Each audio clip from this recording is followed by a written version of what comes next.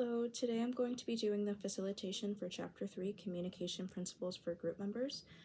So to start, this chapter introduces the core principles that explains how communication works within groups. It also highlights key terms that help group members understand each other better and work together more effectively. So the first principle was that communication is symbolic. Communication uses symbols, especially words, to represent ideas, thoughts, and feelings. And because symbols can be interpreted differently by different people, misunderstandings can easily happen. So for example, if people are from a different age group or from a different cultural background, a word or a term that means something to someone of one of those groups can mean something different to someone of the other groups. So it's very important to choose the words that you use in group settings very wisely. And a key term from this part of the chapter was a symbol, which is a word, gesture, or an object that represents something. The second principle talked about was that meaning is in people, not in words. Words themselves don't carry meaning. We as people assign meaning to those words, and so that's why people can sometimes interpret words differently than other people. So a key term from this section was meaning, or the understanding or interpretation that we attach to those symbols.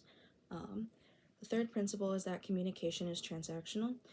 It's a transactional process, which means that in a group setting, one person will send a message either with their verbal or nonverbal communication, and another person will also receive those messages and send back messages of their own.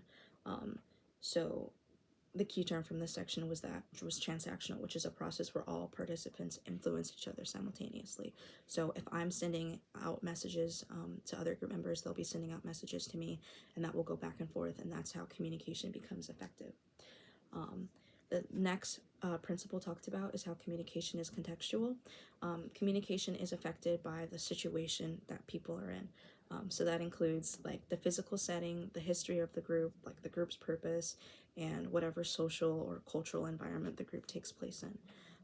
So the takeaway from this is that what's appropriate in one group setting might not be appropriate in another group setting.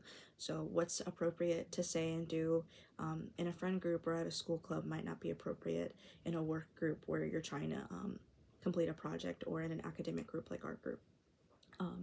The next principle is that communication is ongoing and irreversible. As you start to say something, and once you say it, you can't take back what you say. So once that verbal message is sent, or once that nonverbal message on your face is sent across to someone, or your posture or your body language, you can't take away that. And so it's also very important to recognize what messages you're sending across even when you're not speaking. So it's just very important to note that you can't undo what you've already done. So think before speaking, especially in academic settings like this group. And the next and last key term, or like takeaway, that I want to talk about is that communication has ethical dilemmas or dimensions. Ethical communication means being honest and respectful to all group members. It means making sure that you're not saying anything offensive to anyone, or anything that somebody could interpret as offensive, even if you don't think it's offensive. It's important to listen actively to everything that your group members are saying. So, avoiding distractions, maintaining eye contact, being really focused on what they're saying and not thinking about what you're going to say in response is very important part of ethics of group communication. We need to be able to create space for everyone within a group to speak. And by doing so, we promote honesty, fairness, and respect within these group interactions. And this matters because trust is important within groups, and these foster trust. And without trust, the group's communication is poor, and the productivity is poor. So all in all, Chapter 3 explains that group communication is complex, personal, and shaped by many factors like symbols, meanings, context, and ethics. And to communicate well, we need to be thoughtful as group members, clear and respectful, and open to each other's perspectives. Thank you.